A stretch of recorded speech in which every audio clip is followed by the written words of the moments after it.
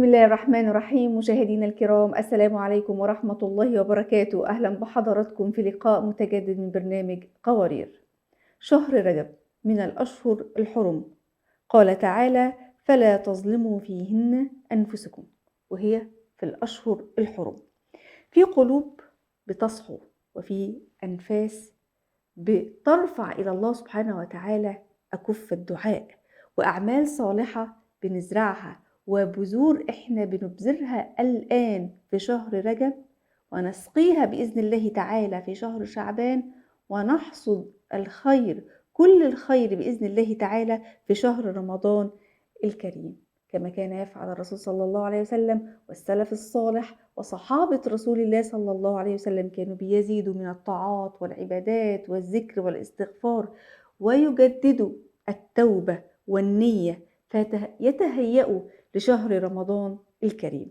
رجب هو فرصة لنلملم قلوبنا ونلين نفوسنا، ونستعد للرحمة اللي بتنتظرنا بإذن الله تعالى في شهر رمضان الكريم. فرصة علشان نقترب من الله سبحانه وتعالى بروح صافية، ونجدد عهدنا مع الله سبحانه وتعالى. حلقتنا اليوم بإذن الله تعالى هي رحلة في نفحات رجب، وكيفية اغتنام بركته بالطريقة الصحيحة، بدون أي بدع وبدون أي أحاديث موضوعة، بعيدا عن أي بدع، واقترابا من الله سبحانه وتعالى حق الاقتراب، مع ضيفتنا الفاضلة الأستاذة إيمان إسماعيل، الداعية الإسلامية. السلام عليكم يا أستاذة إيمان، وأهلا ومرحبا بحضرتك.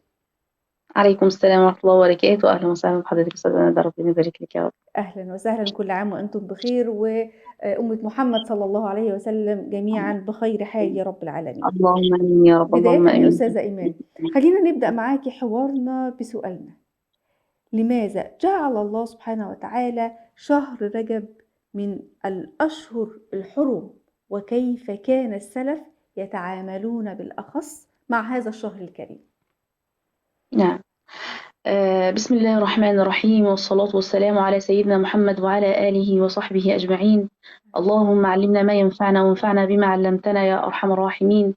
اللهم كما بلغتنا رجب أتممه علينا، وبلغنا شعبان وأتممه علينا، وبلغنا رمضان لا فاقدين ولا مفقودين يا أرحم الراحمين. تقبل منا رجب، وتقبل منا شعبان، وتقبل منا رمضان بإذن الله رب العالمين. هو شهر رجب من الأشهر الحرم. الأشهر الحرم اللي هم 4 ذكروا في القرآن الكريم، وفي أحاديث هو متفق عليها لرسول الله صلى الله عليه وسلم، إن هي برضو تتحدث عن هذه الأشهر الحرم. في أخت فاضلة ربنا يبارك لنا فيها يا رب، كانت بتقول 4 3 سرد وواحد فرد، وكان اللي هم السرد محرم وذو القعدة وذو الحجة، والفرد اللي هو كان شهر رجب، لأنه بيجي في منتصف الأشهر الأخرى، ما بيجيش وراهم على طول. شهر رجب من الأشهر الحرم اللي ربنا سبحانه وتعالى عظمها.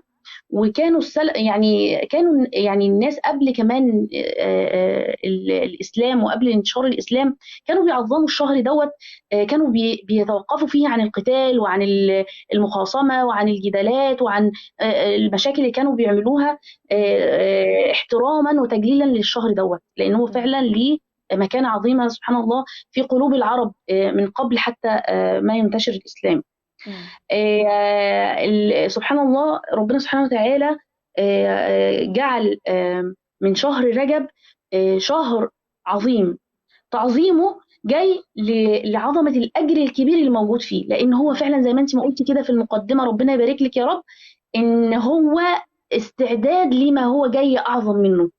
يعني هو شهر عظيم عشان هو بيأهلنا وبيهيئ قلوبنا لما هو أعظم منه، اللي هو شهر شعبان وشهر رمضان. شهر رجب سبحان الله، يعني انتقالة لكل واحد افتقد الانتقالة بتاعته. بمعنى ان احنا الصحابة في عهد رسول الله صلى الله عليه وسلم كانوا بيستعدوا لشهر رمضان قبلها ب6 أشهر، وكانوا بيدعوا ربنا في ال6 أشهر الأخرى إن ربنا يتقبل منهم رمضان. يعني معناها نعم، يعني هم كانوا على تأهب في طوال العام لمجرد إن رمضان يقبل منهم. فقال لك إن شهر رجب شهر التهدئة، يعني اللي هو بنقول عليه كده بقى ايه، اعملي هدي نفسك كده وابدأي هدنة مع حطي. النفس شوية. ايوه ابدأي بقى، دي البداية بتاعتك. ابدأي مم. حطي الخطوات بتاعتك، اعملي جدولك، هدي قلبك، شوفي ايه الحاجات الاخطاء اللي انت وقعتي فيها، ابدأي رفعي عن نفسك عنها. ابدأي حطي خطواتك اللي انت عايزة تكوني عليها في شهر رمضان. احنا كده مم. متأخرين جدا. انا بقول لك الصحابة قبلها ب6 شهور. ف... اه. فتعظيما للشهر اللي احنا فيه دوت، لازم يعني لازم نقف دلوقتي ونقول هنبدأ. انا دلوقتي في مرحلة هدنة، بهدي نفسي، بقول هبدأ استعد، يلا عشان ازرع زي ما انت ما قلتي في بداية الحلقة، مم. ربنا يجازيك خير يا رب. انا مم. هبدأ ازرع، الزرعة طب بتاعتي احنا محتاجة. المفروض بقى هنبدأ نزرع، فاحنا مش نعم. عايزين نزرع اي زرع ولا عايزين نحط اي بذور، احنا عايزين نعمل زي ما كان السلف الصالح بيعملوا، وزي ما كان صحابة رسول الله صلى الله عليه صلى الله وسلم عليه بيعملوا، وسلم. وطبعا من قبلهم الرسول صلى الله عليه وسلم. فقولي صلى لنا الله عليه وسلم. احنا ازاي نبدأ نزرع ونستغل هذا الشهر الكريم كما كان يفعل السلف الصالح وصحابة رسول الله. صلى الله عليه وسلم. طيب انت قلتي حاجة مهمة جدا ولازم برضو نتنبه ليها، لان في ناس ربنا يا رب يعفو عننا ويعافينا عامله بدع يعني لا، يعني عايزه اقول لك لا اصل لها، لا في الشرع ولا طبعا طبعا. في القران ولا في السنه. مم. شهر رجب ملهوش لم يخصص بعباده معينه عشان اترفع بيها منزله او عشان اتحط بيها درجه اعلى من اللي انا فيها. لم يذكر في السنه ولا في القران الكريم اللي هما منهجنا اللي احنا مم. ماشيين عليه. طبعا. لم يذكر فيهم فضل اليوم معين في الصيام، ولا لذكر معين، ولا لصلاة معينة، ولا لدعاء معين. ولكن سبحان الله، هو الشهر كله تمهيد واستعداد. تمهيد واستعداد لإيه؟ لما هو أعظم منه، زي ما احنا ما قلنا، زي ما احنا ما قلنا في بداية الكلام. يبقى احنا بنأهل نفوسنا. بنأهلها ازاي؟ بنصلح. بشوف انا لو مش منضبطه على صلاه، انا مأخره مثلا في صلاتي، بتأخر مثلا في في الصلوات بتاعتي، لا يبقى انا اعمل لنفسي جدول. انا اول ما اسمع الاذان الصلاه على وقتها، دي اول نقطه. مم. تمام. تاني نقطه، انا مثلا مش من الناس الصوامه، يعني مش بصوم، مش يبقى ابدا بصوم. مم. ادرب نفسي على الصيام مم. اثنين وخميس اللي هم سنه رسول الله صلى الله عليه وسلم على العام كاملا، وليس اخصه بشهر رجب فقط. تمام. يبقى انا كده ما بعملش بدع، ده انا بستني بسنن رسول الله صلى الله عليه وسلم وبسنن الصحابه. ستنا عائشه رضي الله عنها، لم ذكرت في شعبان، ذكرت يعني قالت احاديث صحيحه عن رسول الله صلى الله عليه وسلم في يعني حاجات استناها الرسول صلى الله عليه وسلم في شهر شعبان، ولكن مم. لم تخص هذا الامر في شهر رجب. مم. ما خصوش رجب بشيء معين، لا. هي الفكره ان انا زي ما قلت كده، ان انا بجهز الارض عشان احط الزرعه بتاعتي اللي انا هبدا اراعيها في شعبان عشان يعني لم احصدها. يرد عن الرسول صلى الله عليه وسلم فعل اطلاقا. معين أو قول معين أو حديث معين خاص بشهر اطلاقا. رجب أو دعاء معين. اطلاقا اطلاقا. حتى رحله الاسراء والمعراج اللي هم دلوقتي بيعملوها احتفاليه وبيعملوا لها يوم بقى، ده موسم يعني، خلاص ده موسم احنا لازم نحتفل بيه. اصلا مم. حتى دي كمان من البدع اللي ابتدعوها يعني مم. يعني هل لم يرد أصلا إن صحابة رسول الله صلى الله عليه وسلم إن هم عليه الصلاة يعني والسلام. احتفلوا بالإسراء والمعراج، أو إن هم كانوا بيصوموا مطلقا فيه أو كده؟ مطلقا مطلقا مطلقا لم يحدث ذلك يعني. ده لسه مستجد، ده عهد جديد.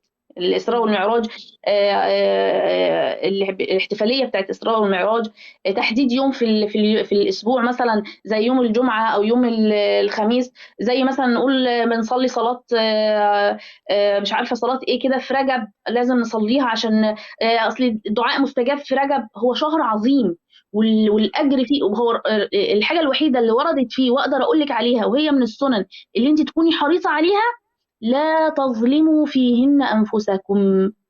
فلما سئلوا ايه هو الظلم اللي احنا ممكن نظلمه لنفسنا، مم. قال ان الذنب فيه عظيم. يعني لما بتعملي ذنب، لو انت في الايام العاديه عملتي ذنب بتاخدي عليه ولله المثل الاعلى، بس احنا بندي امثله عشان نبسط الامور. مم. لو بتاخدي مثلا 10 هتتكتب لك 10 سيئات مثلا، اه. في 10 اعمال سيئه عملتيهم. تمام. هيكتبوا ليكي كما هم. صحيح. طيب لو تمام. عملتي 10 حسنات هتضاعف ليكي هذه الحسنات العشر ايه امثالها. امم. طيب في رجب الذنب بيعظم. يعني ايه امم. بيعظم؟ ان هو بيبقى كبير. يعني العشرة دول مش هتلاقيهم 10، العشرة دول هتلاقيهم مضاعفين، هتلاقيهم اضعاف اضعاف العشرة، لان امم. ربنا سبحانه وتعالى عظم هذا الشهر وجعله من الاشهر الحرم اللي حرم فيه القتال والخصام والجدال والذنوب والمعاصي. منها امم. زي ما احنا بنشوف ربنا يعني ربنا يحفظ ابنائنا وشبابنا وبناتنا. اللهم امين، اللهم بنشوف امين. دلوقتي السوشيال ميديا واخده مجال كبير جدا ومساحه كبيره جدا من وقتهم، من بيشوفوا حياتهم حاجات فيها. ووقتهم. ده دلوقتي البنات والشباب بقوا صاحيين نايمين قاعدين واكلين شاربين معاهم الموبايلات والسوشيال ميديا. نعم نعم. امتى بقى فين تأهيل للقلب؟ فين الشهور، فين تعظيم الشهر اللي احنا داخلين عليه او اللي احنا موجودين فيه بالفعل؟ فين تعظيمه؟ انا لو ما بدأتش دلوقتي يبقى انا خسرت شعبان وهخسر رمضان. لا قدر انا لو الله. ما بدأتش طب دلوقتي أنا. التعظيم، المقصود بالتعظيم ايه يا استاذه ايمان؟ يعني انا ازاي اعظم هذا الشهر؟ طبعا اهتداء بقول الله سبحانه وتعالى وقول الرسول صلى الله عليه وسلم. ازاي اعظم الشهر ده؟ اعمل ايه علشان اكون بعظمه؟ تعظيم الشهر الخوف من الله عز وجل ومراقبة النفس، دي اهم حاجة. اول شيء زي ما قلت لك، انا لو مقصرة في الايام العادية او في الاشهر العادية في صلاتي، لا ابدا انتبه. في جرس دلوقتي بينبهني انا في شهر العمل الصالح فيه آه، ليه مكانة امم. ومعظم بعظمة امم. هذا الشهر، والذنب فيه معظم بعظمة هذا الشهر. يبقى انا انتبه على نفسي من الذنوب. الذنوب اللي هو تقصيري في الصلاة. مش هقول لك بقى صيام السنن والحاجات دي، لا، الحاجات دي ان فعلتها اجرت وان لم افعلها فلم اؤثم عليها. اللي هي القيام مثلا، ال- امم. الصيام بتاع الاثنين وخميس، التوجه لله عز وجل بالدعاء. هذه الامور لو نتكلم عنها هنتكلم عنها ان هي امور هي من السنه، من سنة رسول الله صلى الله عليه وسلم. إن لم أفعلها فلم أؤثم وإن فعلتها أجرت عليها. وطبعا الأجر زي ما قلت لك بعظمة هذا الشهر. هو تعظيم الشهر، أكرر تعظيم الشهر ما هو إلا لضخامة العمل الصالح فيه بيتضخم أو بيكبر أو يعني بيطلع عند ربنا سبحانه وتعالى، بيسجل لي في سجلي بأجر مضاعف. وتعظيم الذنب امم. فيه مثل تعظيم الأجر. تمام. طيب احنا زي ما اتكلمنا ان رجب وشعبان بإذن الله هما المدخل الحقيقي لشهر رمضان الكريم، واحنا ما كناش نمهد الطريق من الآن احنا هنتعثر لا قدر الله في طريقنا لشهر رمضان وممكن يضيع مننا.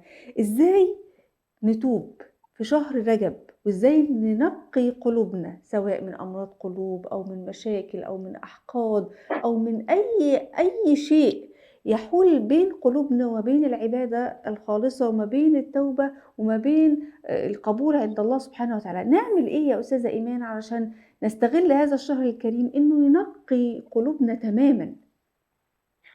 والله أستاذة ندى، لو هتكلم عن تجارب يعني الواحد عاشها وشافها مع بعض الناس وتجارب شخصية كمان، مفيش أفضل من الدعاء في هذا الأمر.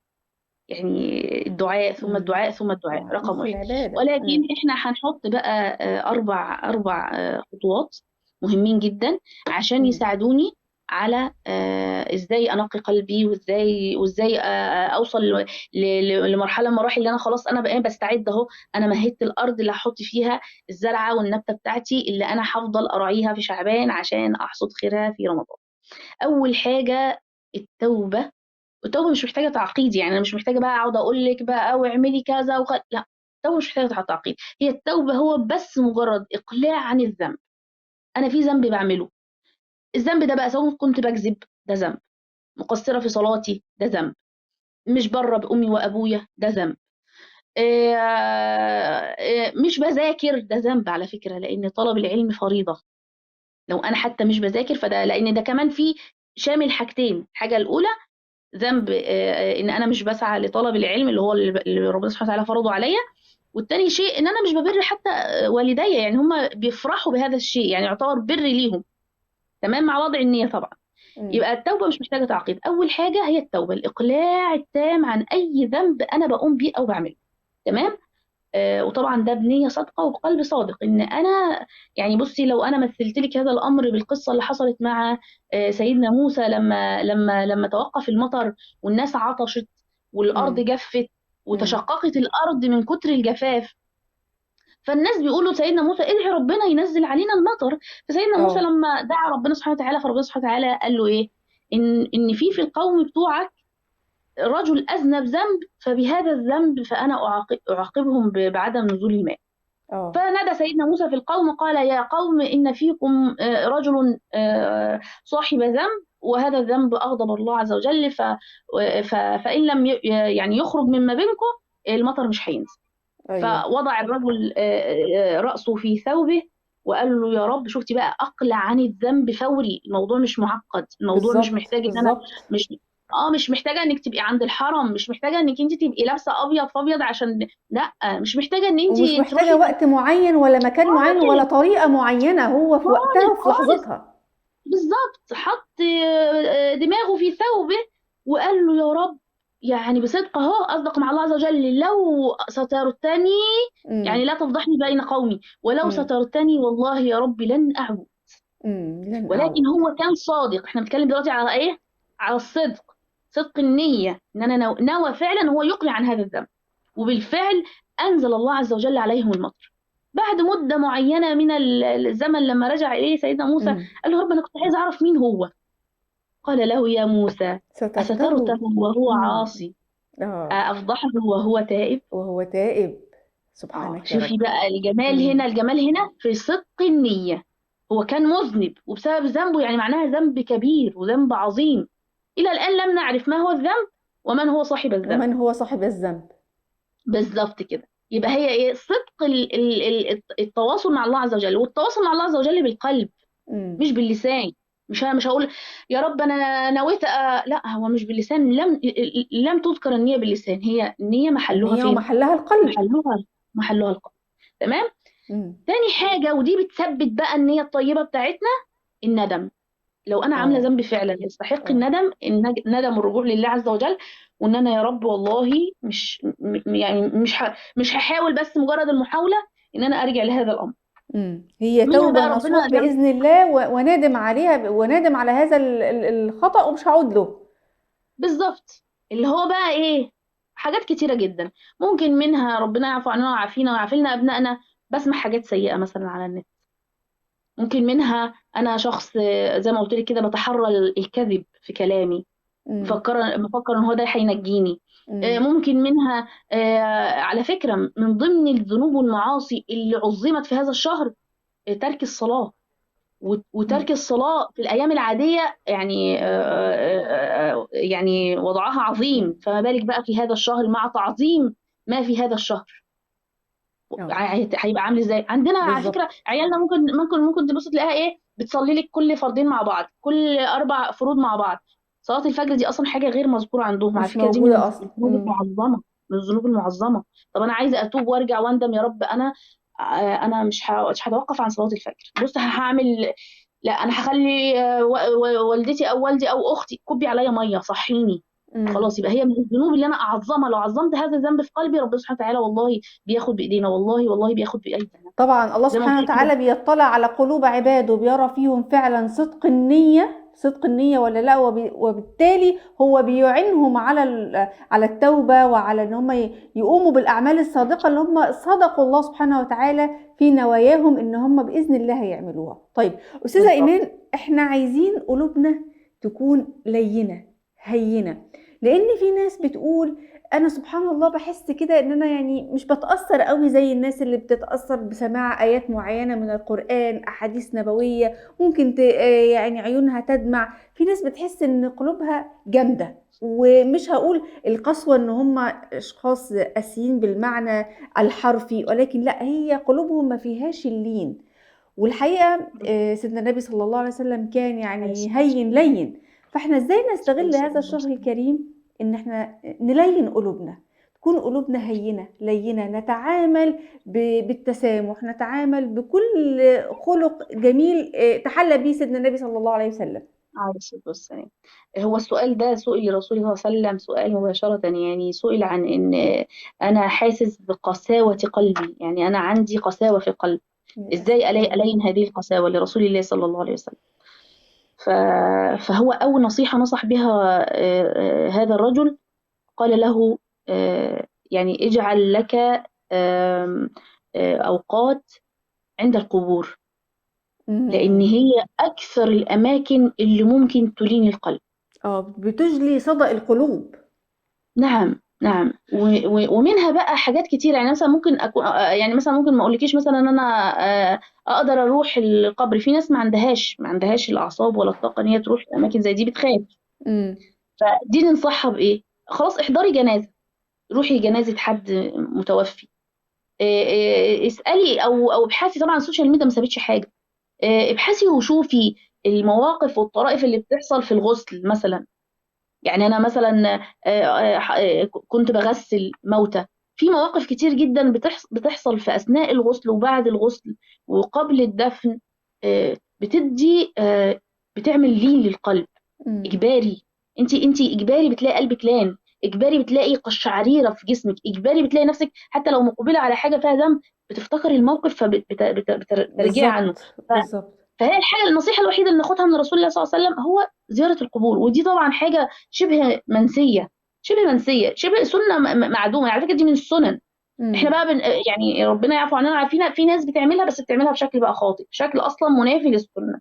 مم. فهمتيني؟ لا احنا محتاجين الايام دي قبل ما ندخل على شعبان، وقبل ما ندخل على رمضان، وقبل ما نخلص شهر رجب، محتاجين نعمل كده، نروح زيارة كده، نقف على القبور. هو ده هيبقى اخري، حجاره محطوطه طبعا فوقي والتراب طبعا. متغطي، انا متغطيه مم. تحتيه، لا مم. معايا امي ولا معايا ابويا ولا معايا زوجي ولا معايا ابنائي اللي كانوا بيحبوني ويقبلوا على ايدي ويقبلوا على راسي ويتمنوا رضايا، ما معيش فلوسي وما معيش ذهبي، ما معيش تليفوني اللي ما ببطلش قعاد عليه، ما معيش مم. اي حاجه غير عملي، غير عملي وتوبتي ونيتي وصلاتي وذكري. هي دي بس الحاجات اللي هتنزل معايا. تمام. انت بتقولي ان مش بتستشعر بقراءة القرآن.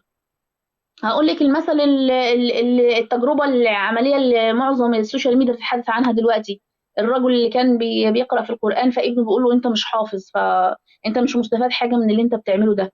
تقول مم. لي ليه بتقرأ في القرآن طالما انت مش حافظه؟ فايدك في ايه القرآن؟ قال له خد السلة دي، كانت السلة مطرحها فحم، قال له خد السلة دي روح املاها، سلة اللي هي المخرمة، خد روح ايوه. املاها من البحر وتعالى. فالولد طبعا هو صغير، فعلى فطرته اخذ السلة وراح من البحر، يروح ويرجع ما يلاقيش فيها مية، يروح ويرجع ما يلاقيش فيها مية. وتقع منها قال له عيد عيد عيد عيد، روح وتعالى روح وتعالى، لحد ما الولد تعب. قال له مش هتملى مية، ده هي اصلا فيها ثقوب، المية ما بتقعدش فيها. مم. قال له طب بص كده لحال السلة في ايدك مع تكرار وضع المية فيها، فلقى السلة نضفت. قال له هو ده حال القلب مع مع القرآن، القرآن. مم. حتى لو أنا مش بستشعر الآيات هيجيلي وقفة، هيجيلي موقف، هيجيلي يعني هيجيلي قصة تستوقفني ولو للحظة، هتقشعر لي ليها بدني مع الاستمرارية. أصل أنا بفتح المصحف أصل بسمع الشيخ، لا استمري. مم. اوعي تفكري ان ده بقليل، في هذا الشهر مش بقليل، مم. ده شهر عظيم، واللي اتعمل فيه هو بنفس عظمته من تمام الأجور. تمام تمام. طيب أخيرا يا أستاذة إيمان، قولي لنا خطوات عملية، خطوات عملية نمشي عليها من الآن ونستغل ما تبقى من شهر رجب علشان نهيئ قلوبنا في رجب لاستقبال رمضان. نعمل إيه بجدول عملي وما يكونش برضو مجهد جدا ولا مرهق جدا، علشان ما يكونش عندنا حماس متقطع، لا احنا عايزين الحماس الدائم، ونبدأ بجدول يكون متوازن عشان نستمر عليه أو نزيد عليه في شعبان، ثم بإذن الله ندخل رمضان. إن شاء الله بإذن الله ربنا يرزقنا يا رب ويبلغنا رمضان إن شاء الله. اللهم بص آمين يا رب حبيبة العالمين. قلبي، يعني هقول لك خطوات بسيطة وعملية، وفي نفس الوقت أنا مش هقول لك إن هي صعبة، لا ده هي سهلة جدا. أول حاجة الانضباط على صيام الاثنين والخميس، ده اه. جدول طيب جدا ايه نمشي عليه، ومعانا أمم. 13 و14 و15 لو حابين نستزيد. لو احنا مش متعودين على الصيام يبقى أمم. يكفي، ممكن كل اتنين، ممكن كل خميس. ممكن اثنين وبعدين وخميس، احنا يعني دلوقتي لو بقينا دخل في التوقيت الشتاء، الشتوي احنا في والوقت ما الشتاء بقاش طويل وهو ربيع المؤمن بالظبط. كما يقال عنه الشتاء. نعم بالظبط، هو ده اللي انا بكلم فيه حضرتك، ده اللي انا بقول لحضرتك فيه، ان انا دي حاجات مش قاسيه، يعني انا مش بقسو عليك فيها، ده انت ممكن تدربي عليها اللي عنده 8 سنوات واللي عنده 7 سنوات، ممكن مره في على الاسبوع كده الصيام. يلا بينا مم. نصوم. ليه؟ بحيث ان هو يبقى عارف ان انا داخل على صيام، لما يخش بقى على رمضان في الصيام يبقى هو عنده التجربه سابقه ليه، فهو مؤهل ليها نفسيا وبدنيا كمان. تمام. تمام. آه اللهم صل على محمد. يبقى احنا كده الصيام الصيام. تاني حاجة في الجدول بتاعنا، والأهم، هو المفروض ما تكونش تاني حاجة، المفروض تكون أول حاجة. تنظيم أوقات الصلاة، الصلاة على الصلاة على وقتها، وقتها. الصلاة على وقتها، ثم الصلاة على وقتها، ثم الصلاة على وقتها. مش هقولك بقى نخش في السنن، لا، التزمي الأول، التزمي الأول في الصلاة على وقتها. ولما نخش بقى في شهر شعبان يبقى احنا خلاص احنا اعتدنا او اتعودنا على الصلاة على وقتها، يبقى احنا ممكن ناخد جنبها بقى السنن بتاعتنا، ان احنا عايزين نزود بقى الحسنات بتاعتنا، احنا بقينا خلاص حطينا رجلينا على اول الطريق. فاول ما ندخل في الطريق نبدأ نزود بقى، ناخد من هنا وناخد من هنا وناخد من هنا، ونعبي السلال بتاعتنا بالحسنات وبالاجر العظيم يعني. تمام. حاجة بقى جميلة جدا، واحنا مع الاسف هاملينها، وممكن عايزة اقول لك يعني فيها اهمال شديد جدا، وهو القرآن الكريم. افتحي القرآن للأسف. الكريم ولو مم. بآية، والله ولو بآية، استمري، افتحي، يلا نشيل الغبار بقى من على مصاحف. المصاحف، عشان احنا بصراحة كده يعني يعني قصرنا بما يكفي. فيلا نستعد بقى عشان خاطر اقدر لما يجي عليا رمضان ابقى انا اوريدي بفتح المصحف كل يوم، حتى لو آية، والله لو آية ما تستقليش. الرسول صلى الله عليه وسلم قال يعني من قرأ حرفا في القرآن كان له ايه؟ مم. أجر وله حسنة، يعني لا تقل ألف لام ميم حرف، ولا ولكن ألف حرف ولام نعم، حرف ولا وميم اقول حرف. الف لا، مم. بالظبط بالظبط. فتح الله عليكي. يبقى انا دلوقتي الحرف الواحد في القران مأجور عليه، فما بالك بالايه، فما بالك بنص الصفحه، فما بالك بالصفحه. مم. والله والله، انت بس مجرد ما تقبلي على الله عز وجل هيقبل عليكي، والله بالتأكيد. هيقبل، هيقبل. انت حتى انت عندك استعداد واقبلتي، اهو، احنا لو ابدأي. يعني الحديث القدسي نقبل على الله، يعني مشي هيأتي لنا الله يقبل علينا هرولة. بالظبط. وبعدين عايزين نرجع بقى، عايزين نرجع قيمه القران في حياتنا، قيمة القرآن في حياتنا. وزي ما احنا ذكرنا المثل البسيط اللي احنا ذكرناه، بس هو على فكرة مثل قوي جدا، ان احنا بنغسل بيه قلوبنا اهو، ده جزء من تليين القلب اللي انت كنت بتتكلمي عليه في بداية الحلقة. مم. عايزين حاجة تلين قلوبنا، ومفيش أعظم من القرآن الكريم. بالتأكيد. تمام، عايزين بالتأكيد. بالظبط. طيب، يبقى احنا كده ختمنا مع حضرتك بجدول يعني بسيط، ولكن هو أجره كبير جدا. هو أهم حاجة القرآن الكريم، وما نستقلش منه أي شيء، ولو حتى نص صفحة كل يوم. بعد كده هنبدأ نعتاد ونعود والله للقرآن مرة آية، أخرى. احنا قلنا آية، حتى بقولك يعني أقل القليل لا أقل تستهيني به، الأقل. قليل القليل والله الصلاة على لو. وقتها ثم الصيام. نعم نعم. يعني تمام. احنا بس يكفي نزرع هذه البذرة. تمام. وهنبدأ بقى في رعايتها في شهر شعبان زي ما اتفقنا. الرعاية بتاعتها بقى هنتكلم عليها في وقتها، يعني وقت ما يكون بإذن فيه الله. مناسب إن شاء الله لينا بإذن نتحدث عنها، الله. نقول إيه هي بقى المراعاة بتاعت هذه الإيه، الزرعة اللي إحنا زرعناها. فالزرعة بالظبط. تبقى بسيطة عشان مم. أدي استعداد للقلوب الضعيفة، والقلوب اللي مش متعودة على الطاعة، واللي مش متعودة على التقرب لله عز وجل. بديها بس كده إيه أهو، بداية الخطوات بتاعتنا، مش بضغط عليكي، أصله ده مش مم. شهر الضغوطات، ده مش شهر بالظبط. الضغط. صح. تمام. بالظبط. ده التمهيد، بشكرك احنا بشكرك بنمهد. يا أستاذة إيمان. الحقيقة إحنا بإذن الله، بإذن الله يكون لنا العمر ونتحدث بإذن الله لما يدخل علينا شهر شعبان، نتحدث عن شعبان وعن فضله، وعن إزاي بقى الزرعة اللي إحنا زرعناها النهاردة في رجب إزاي نسقيها ونحافظ عليها ونكبرها عشان نحصدها بإذن الله تعالى في شهر رمضان الكريم. بشكرك في النهاية الأستاذة إيمان إسماعيل، الداعية الإسلامية، على وجودك معانا، شرفتينا ونورتينا. تقبل الله منا ومنكم. رجب فرصة نجدد فيها قلوبنا ونقرب لله سبحانه وتعالى قبل رمضان، وفرصة كمان ان احنا نغتنم ايامه بالصيام وبالنوايا الصافية والطاعات الصادقة. ربنا يتقبل منا ومنكم يا رب العالمين. اللهم بارك لنا في رجب وشعبان وبلغنا رمضان. انتهت حلقة قوارير اليوم، وإلى أن نلقاكم نترككم في رعاية الله وأمنه، والسلام عليكم ورحمة الله وبركاته.